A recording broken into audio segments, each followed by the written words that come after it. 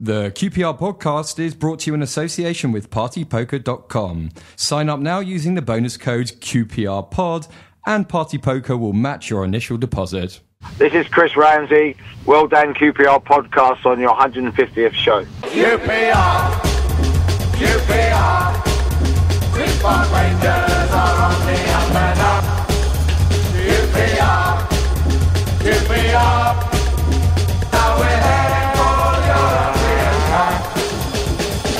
Hello and welcome to the QPR podcast. Rounds of applause. First of all, as the transfer window has closed, Matty Phillips is staying at the club. Whey! And Rob Green is staying at the club. And gentlemen, one thing I don't think any of us thought would be coming, Charlie Austin is staying at the club.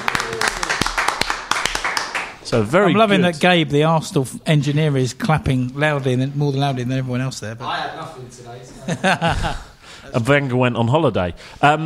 So this is the QPR podcast. Paul, I listened to your whole monologue at the start of the show last week about, I can't say I'm joined by because that's too authoritative. We've got to be I'm joined by? That just means someone's next to you, doesn't it? I knew that would give you the arse. Doesn't it, Chris? Yeah, I don't have a massive problem. You're a wordsmith. You're a professional journalist. I think. Can you say I'm joined by? I think so, yeah. Okay. I think but so. It's what you hear every week. It's kind of like saying, I just did to wind you up and I seem to have succeeded. I'm pleased with that. Job very well done. My well colleagues on the QPR podcast this evening are See, I don't even know Paul Finney is that right? How about and Chris Charles. How about those on the podcast who are less gobshite than me? Brilliant. Much better. I'm not sure. But don't say it in that really bad Martin O'Neill accent you do. For what? That really bad Martin O'Neill accent you do. Hello there, I'm Paul Finney. Welcome to the QPR podcast. Which, if I was from Cork, would be brilliant. But as I'm not. Anyway, what a wonderful Monday evening. We are recording this at 20 to 8 on Monday evening. The transfer window closed at 6:30, and Charlie Austin is still a QPR player. Brilliant. It's not bad. Did you think that would happen? Honestly, no. I think I'm not. The club obviously, it's 15 million or bust, which is fine. They're not moving on that. I am surprised. As in a fee they might have got for him. Yeah. I mean, I am surprised when you see Man United have paid £36 million for a teenager who's with no Premier League experience, and no one's prepared to pay £21 million less than that for a bloke who was the fourth highest scorer in the league last season. Yeah. I do find that a bit odd. But I also think, and I also know that he wasn't massively keen on uprooting his family because he's a decent bloke. I also know he's not sulked and he's been putting the effort because he's a decent player. I mean, it's all like it seems too good to be true. But it's just incredible. And when you liken that to Raheem Sterling at Liverpool, who essentially went on strike and sulked before he got his move, I just think it just shows. And Saido Berahino. Yeah, you see what he said this afternoon? Yeah, he's not going to play for West Brom. He's a bit miffed, isn't he? He said he's not going to play for West Brom. For Jeremy Peace, who's the bloke who pays his wages and is his boss. Yeah. I think it's a sad reflection on society that these kids are getting so much money and they've lost track of why they've maybe fallen out of love with the game. I think the good thing about Charlie, maybe the difference between them two players is Charlie came up via the leagues and has had a real job. This kid, I don't know him, maybe hasn't had a real job in the real world, and Charlie has, and he knows he's damn lucky to be getting the money he's getting. And to be fair to him, he on Saturday, he hasn't shirked a single tackle. He's got on with it. People were giving him a wee bit of grief at Charlton. Hopefully they're eating their words now. And he's done it the right way. Head down, on the field, excellent player. And this is massive for us. This is our biggest I said on Twitter I thought there was some snobbery about Charlie Austin, which I got a bit of stick for. Well, because you think he's had a normal job and he's not been an academy product. Yeah, because he's not like your typical academy spoil kind of destined for big things footballer, but he's actually had a proper job, come in from non-league and kind of come up the ranks, and so therefore there's a snobbery about him. On paper, in what world would you rather pay £20 million for Berahino than 15 for Charlie Austin? Do you know, Berahino's got something like 19 goals in 70 games. Charlie Austin's got nearly 150 in 250. Do you know what I think it is? And I'm being selfish here. I think it's because when he got married, the QPR florist was brilliant. And It didn't take you long, did it? don't know who it was, but Yeah. but you know, Who was it? What firm was it who did the flowers for his wedding? Funky Flowers in Barnet. Did you have to have your game face on doing that wedding? Wait, what face? Like, you know, you had to like not Did he be say Paul, what face? your game face. Thank Christ for Well, yeah, I mean, Did you have to like not be Paul the QPR fan, but be like flower man, in control, professional? It's like yourself, David. you detach yourself from the scenario that you're in. And Yeah. Flower Man, that sounds like a new superhero. And you become professional Flower within man. what you're doing. Except I went to the wrong toilet. It was in. Did Liz have to tell you off? Did your wife have to tell you off, like behave yourself, or were you? Behave yourself, Finny. That's not how his wife talks. Anyway, You were okay. You didn't embarrass her. I didn't embarrass anyone, least of all the company. No, it was weird because no, I'm not saying anymore. Go on. No, because Go on. it's embarrassing. What was the arrangement, by the way? What did they go for? They arranged for us to turn up and do flowers, and we did. Oh, brilliant. Okay, Hey! Chris. Okay, no, I was just going to go through a few things that Charlie was saying on Twitter. He had a bit of fun with this and fair play. Last night, you could tell he was a bit miffed. I mean, reading between the lines that no one's come in or no one decent's come in and met the asking price, which I can sort of understand. He was quoting.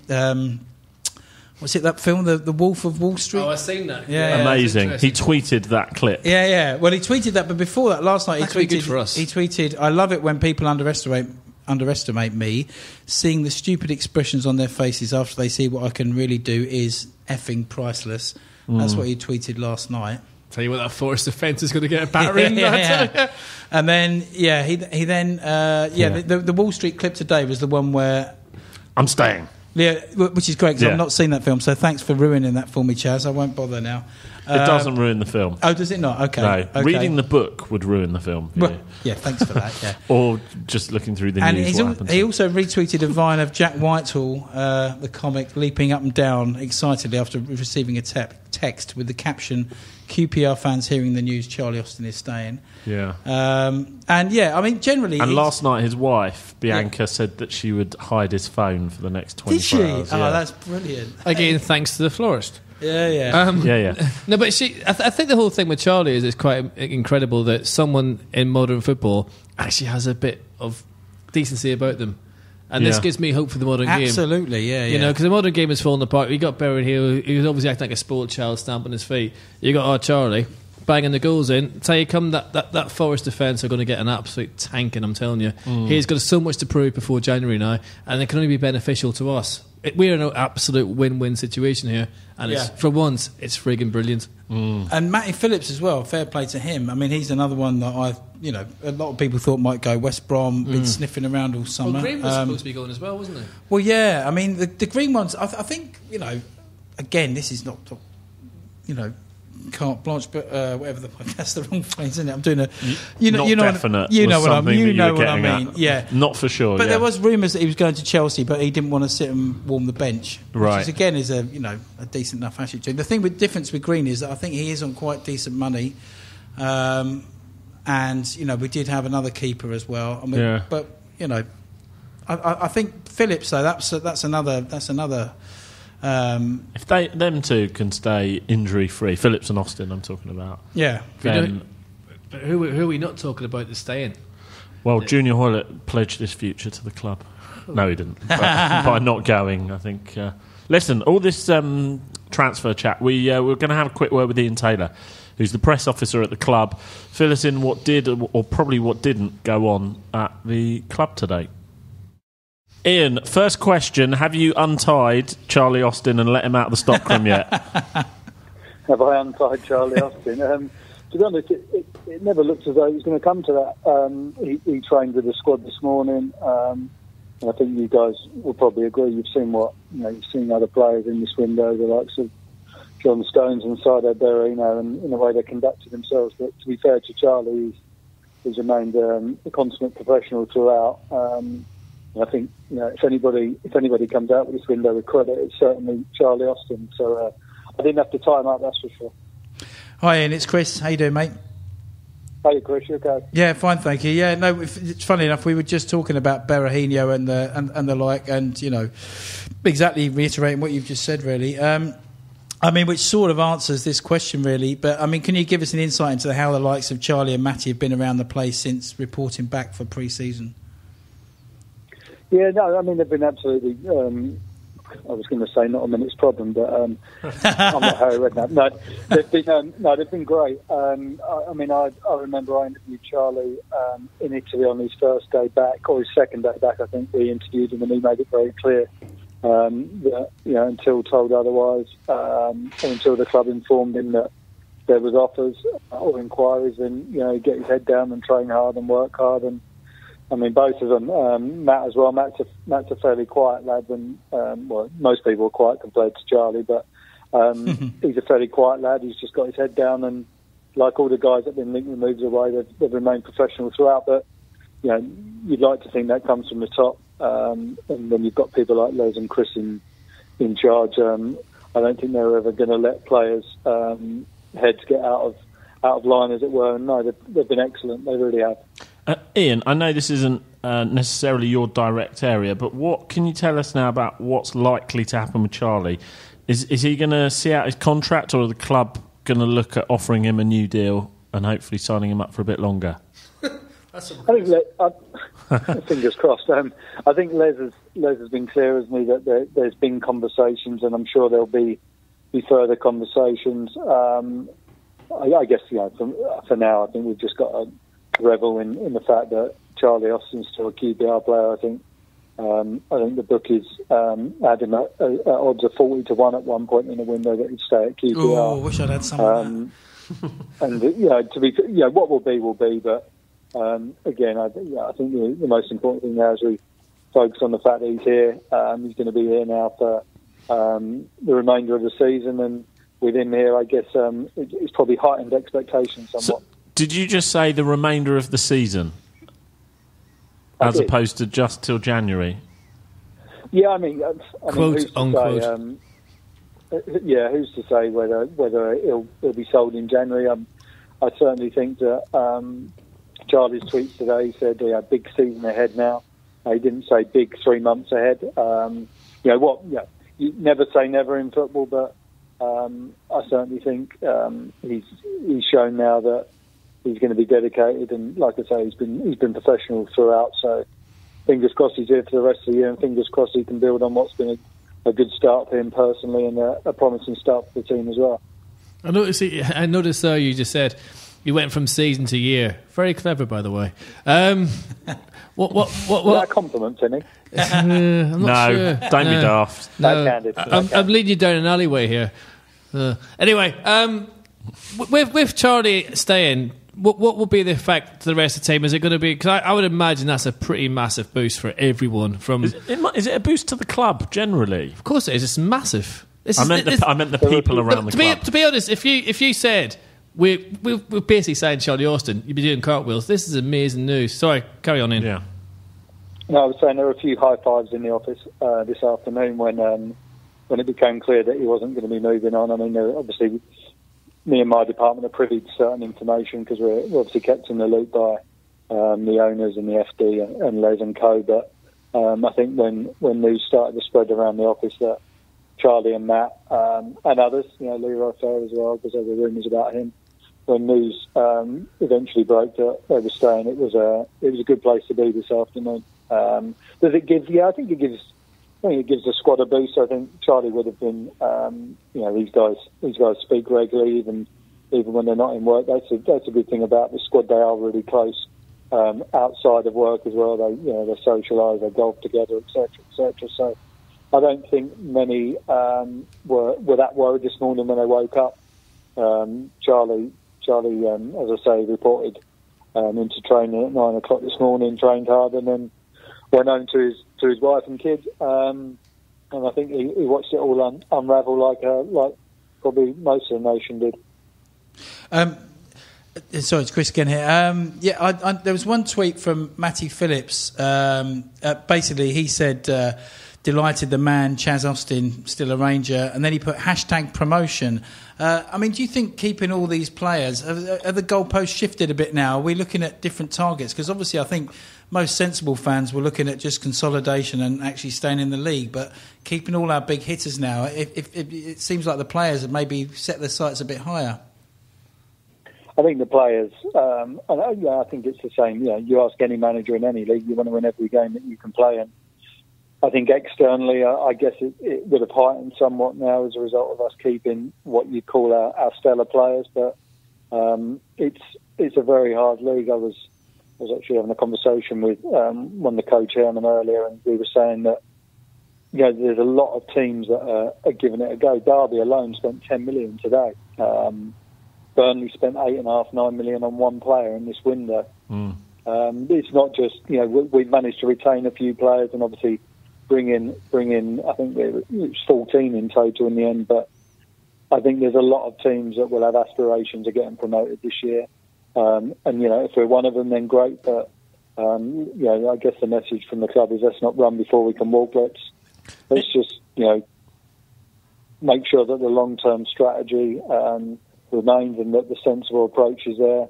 At the minute, I guess if you look at it from the outside, it looks like the on-field and off-the-field strategies are mirroring each other, which is probably the first time you can probably say that for quite a while at QPR. So fingers crossed we build on, like I say, what's been a promising start. But I interviewed Chris just before he left at about 6 o'clock today, and he said that we need to keep our feet on the ground. We've made a promising start. It's time to look forward, but let's not get too carried away just yet. Ian, in the transfer days that you've transfer deadline days Jesus. that you've done at QPR, how many of them did you see the manager leaving at 6 o'clock? It sounds like it was a pretty quiet day. Yeah, it was a fairly quiet day. It's not like what it used to be.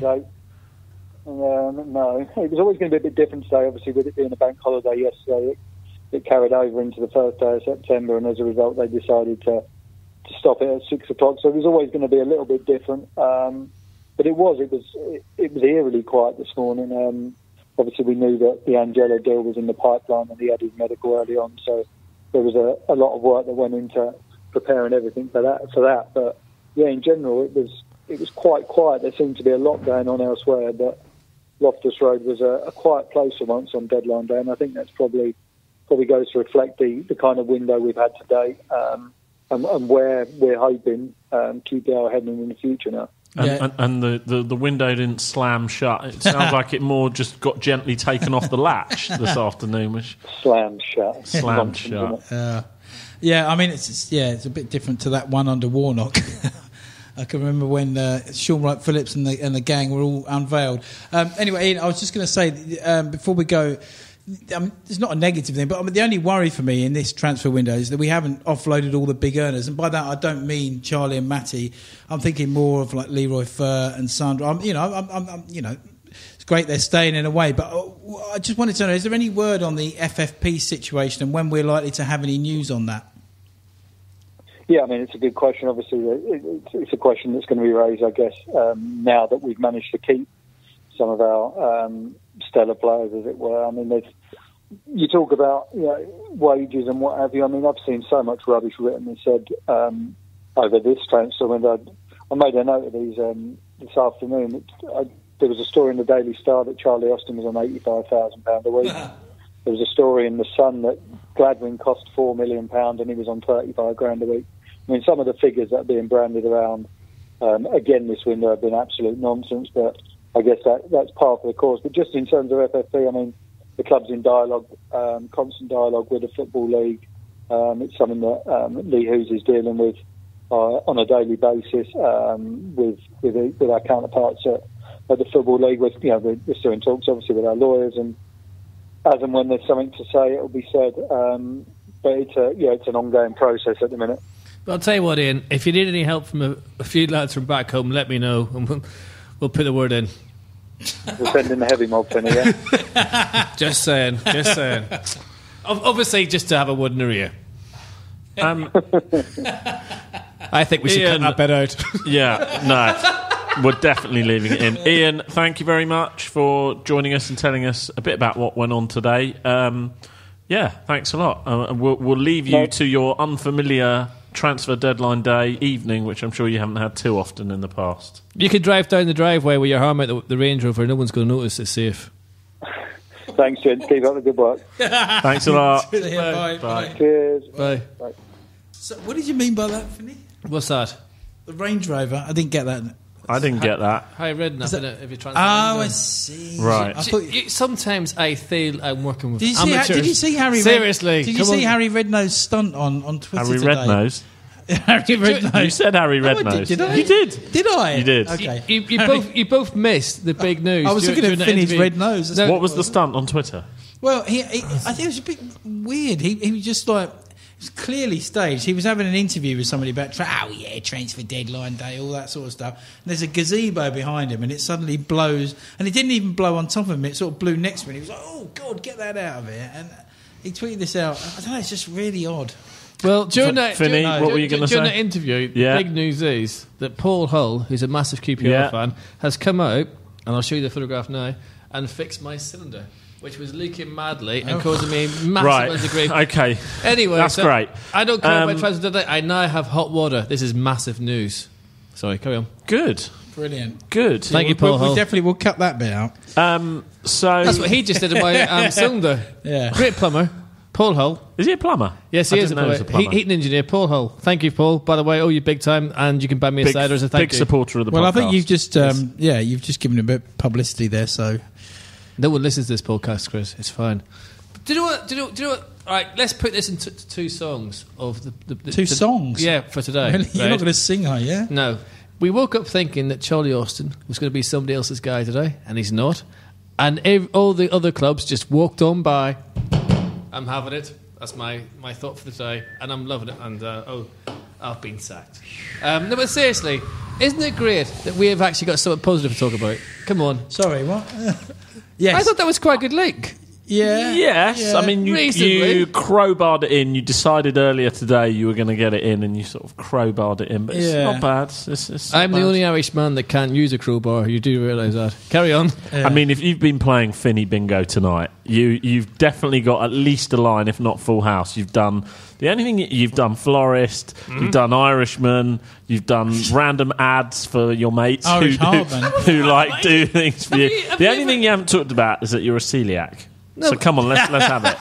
Actually, in Huddersfield, I managed to get gluten-free beer in one of the pubs. No lie. Wow.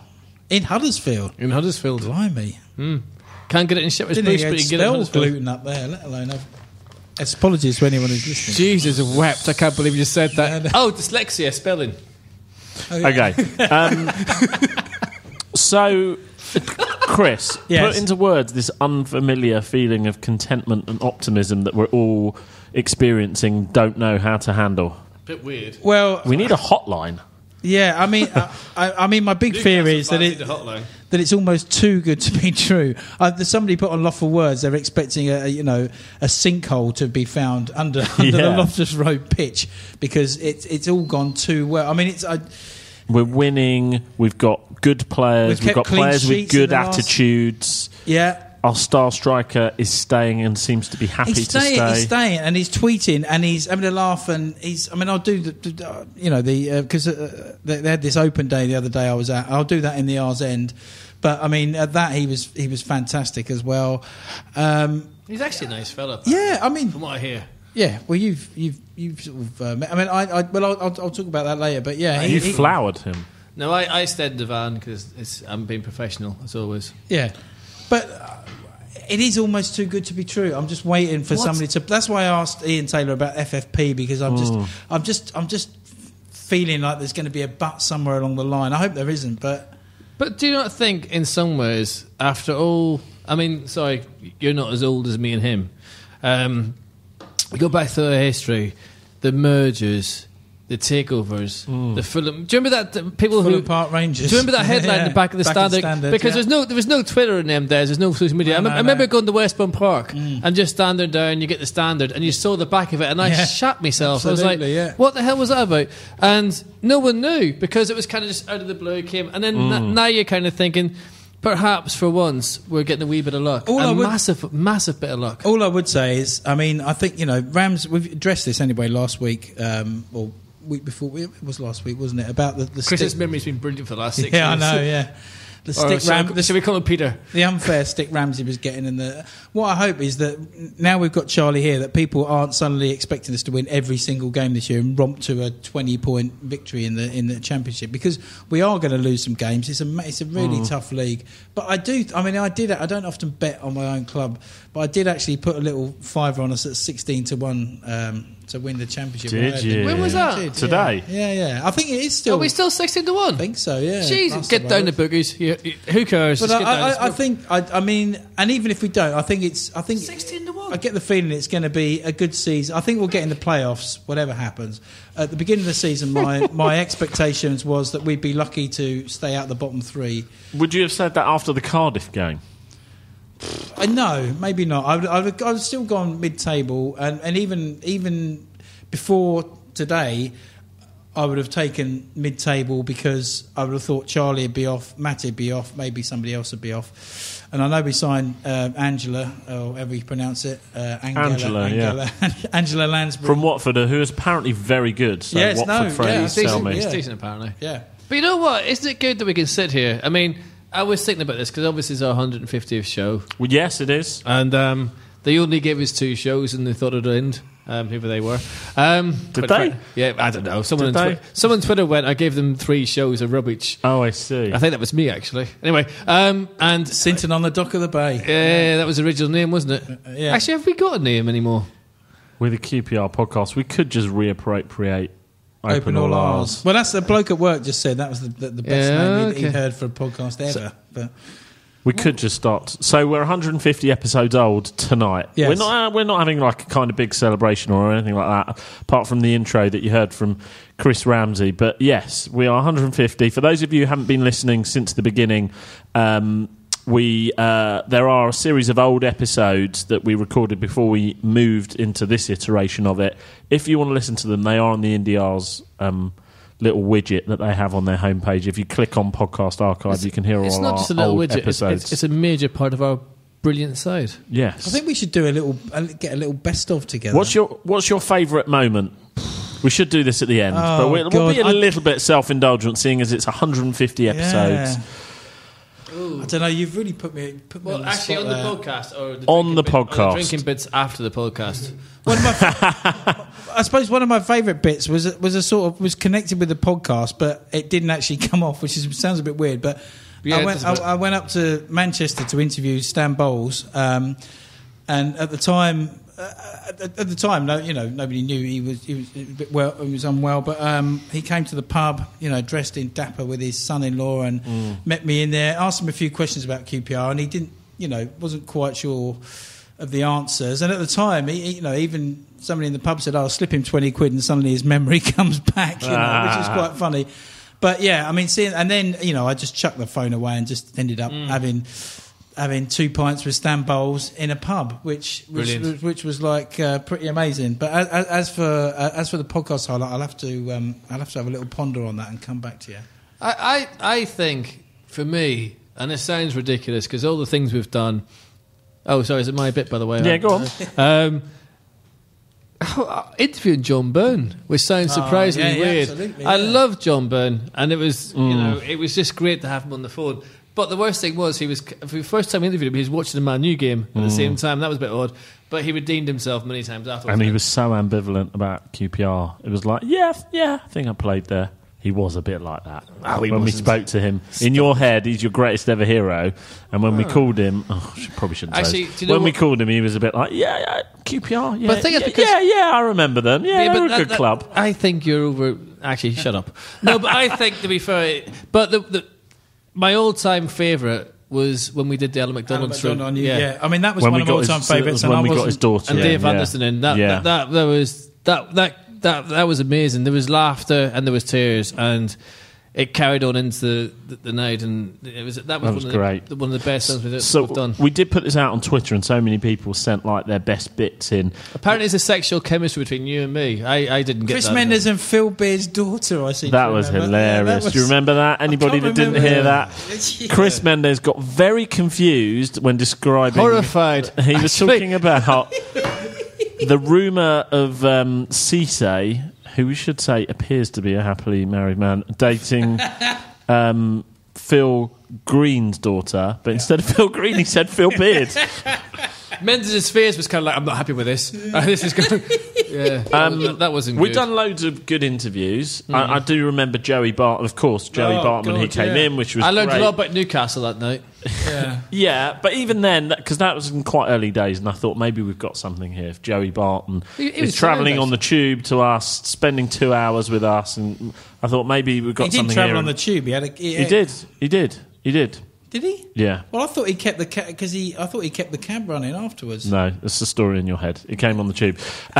Sean Derry also came in, but for me, the best ones were 2 with Ali Falling. He's actually come in twice in the last year. Yeah. And the last one where I think he thought he was leaving, and we probably thought he was leaving, and he actually got quite emotional and gave sort of quite a lot of himself in that podcast. Yeah, absolutely. So We've done well, really, haven't we? we have, but we probably shouldn't be that self-indulgent because I can hear everybody sort of clicking off listening to it. Bye. But please do listen to our old episodes. You'll be able to find them on Indie Yards. Self-indulgent to say, actually, we're just a bunch of QPR fans who manage somehow to put something decent together that people listen to every week. I don't think that's self-indulgent. We might be crap, but we're local, as the saying goes. Crap but local. Right. Finney, tell us about Huddersfield. Sorry. It was Brazilian-like football. It was end-to-end. It was crap, actually. Football-wise, horrendous. But you know what? Who cares? We need to win by whatever means. As the song goes, it doesn't matter how you get there, just frigging get there. Do you know what I mean? What song's that? Oh, someone in the 80s and 90s, some woman sang a song about that. Right. I don't remember the detail because I was too much listening to Joy Division and being a miserable goth. Yeah. But the thing As opposed to now when you're a miserable florist. No, miserable balding. Right, goth. okay. But the thing is, to be fair, the one thing what I'll take from Huddersfield, which is quite funny, was the expression on everyone's face when we scored, because it was kind of a weird old game. They've got this new ultra thing going on up there. Because one of the times about the Huddersfield was when we got relegated many years ago, which is horrible. That was but they've got this ultra thing going on, so all right. Anyway, so when we scored, everyone just going mental, and you know what? That's now with the players we've got. That's what you do to go up. You win horrible games, and that was a horrible game to win. Mm. Yeah, I mean, the clean sheet. I guess that's an old cliche, but that's massive. The most pleasing aspect of that, because in fact, how many is that in a row? Is that 2 in a row, or am I? No, you'd be watching somebody else. 1 in a row. Is that 1 in a row? Yeah, because we beat Wolves, but we let in 2, and we let in 2 to Rotherham. League-wise, we let in 2 in every game, haven't we? Yeah. So I actually wrote down 2 in a row clean sheets. I am losing, Chris. it. So this memory issue. Yeah, I know. But it's as good as 2 in a row. Yeah, I mean, clean sheet. I mean, it's 4th not, in the but table. We'll go with it. Yeah, I'd have taken that at the start. If he's psychic, yeah, well, it could be. Maybe that's what I'm thinking. But 4th in the table, clean sheet. Taken that at the start of the season, definitely. Okay, ours end already. Is it really ours end, Gabe? Is it? Blimey. Okay. Now we're not going to be here for 2 weeks because of the international break. By the way, can I just mention something? If Northern Ireland win, miracles of miracles, we might be going to France. So if anyone wants to come to me to France, let me know. But France, Northern Ireland, major Who have you got? We've got Faroe Islands, and then we got Hungary, and then we've got Finland away. But Brilliant.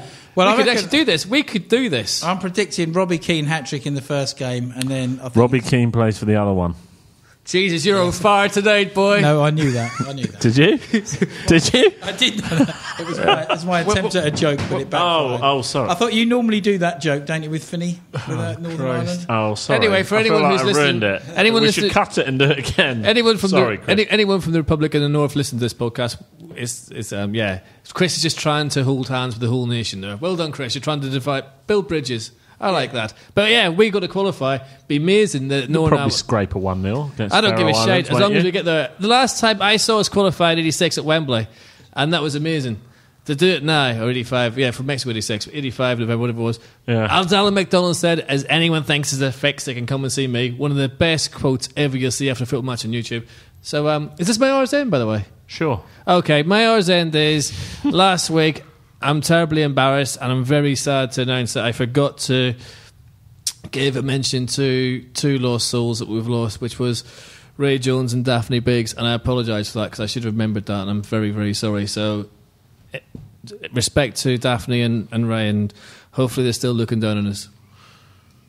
And one other thing, by the way. Yeah. As we're talking about this sort of thing, it'd be nice if the club, at the first home game of the season, had a minute's silence for Alan McDonald, because he died in the summer and we can't actually have minute silence during the season. So if we could have a minute's silence, or the 5th minute of the game, or we'll just have a minute, or the 5th game, whatever, just have something to do with Mac or passing. No, I It'd totally be nice. agree with that. Maybe minutes applause, 5th minute would be the way to go. But We need to do something. We can't just let that pass. No, I think no, good idea, mate. Chris. Hello. Well, yeah. Apologies first of all for the terrible. Sorry joke for ruining backfired. that. I just didn't see it coming. I'm sorry. No, I know. It was sorry. it's normally your domain anyway. No, I just wanted to say about the open training day last week, which I took my daughter along, and lots of people took their kids along too. I just want to say again what a fantastic day it was. Charlie Austin, particularly. Well, first of all, the players came out for 90 minutes, did a full training session in front of everybody, did all the sort of running, had a game, so you could sort of you could pick out people. Jet actually looked quite sharp in training. Smithies looked like a decent shot stopper. There was a few, there's a few little nuggets in there, but I've got to say, Charlie Austin, right through the game, smile on his face, having a bit of banter with the manager, with the player. Basically, and then after the match finished, they spent the same time again, probably an hour and a half, going around everybody, signing autographs for the kids, pictures with all the kids, signing shirts. And Charlie was Charlie was at the back, and there was actually players lapping him because he was obviously the most in demand, because people thought that's the last time they were ever going to see him in a Rangers shirt. He did everything that was asked of him, and all the players there, not one player looked like they didn't want to be there. They all looked happy to be there. All the youngsters, Cherry as well, Luongo, all of those, they were just... Oh, brilliant. I don't know, and it was just a really good atmosphere. And even the injured players, Jamie Mackey came out, Leroy Furr came out afterwards. They all joined in with the sign-in. And I just want to say massive thanks to the club for putting that on. For people like my little girl, who's 10, I mean, you're not going to get that at Man United. You're not going to get that at Man City because it's too big for that, And that's one reason why I'm grateful that our club isn't like one of those massive great conglomerates and stuff like that, because still go on. So thank you very much, QPR. Thank you to the players. Thank you to the staff. So say all of us. My RSM was actually going to be something fairly similar, so I'll sort of cut it short. I took my little girl, who's 5, to the Rotherham game, actually, downstairs in the family stand. I know there's been a lot of discussion about where the family stand is, but being in the family stand was a really nice atmosphere. I think a lot of people have the same idea as me, actually, about that game. Take their little one to that game, kind of inoffensive fixture, likely to win, bit of a community atmosphere because of the stand stuff. She had a really good time. It was a really, really nice afternoon. No trouble, no... I mean, she just really, really enjoyed it. And then she got a letter from Jude the following week saying, really pleased to have seen you down at the game. Hope you come again soon. Brilliant. So really, really nice. So I've never got a letter from Jude. So give us something to be depressed about. Write me a letter. No, we've been saying that. We've been saying that since nice. we started, to be fair, that the community side of the club has always been brilliant. And the rest of it is just catching up a little bit. But, fair play to them. And do you know what would be brilliant? On the Tiger Club Walk 7, we do from Hollington. Cool. Yeah. If fans can join us, who maybe not part of the walk, but just on the way, to give them kids and us a wee bit of a... I need someone to talk to, because I'm bored talking to you, quite frankly. So, yeah, join us. Likewise, dear boy. Do you know, you said in the hour's end is nearly over. There was a great chant on Saturday that people need to hear. And this sums up the last few months, and we're going to play out with it. Well, let's do it then. Yep. Okay. Thank you for listening to maybe the Open All R's, QPR podcast, whatever it is. We're back in 2 weeks' time, and we've left you something to play us out with.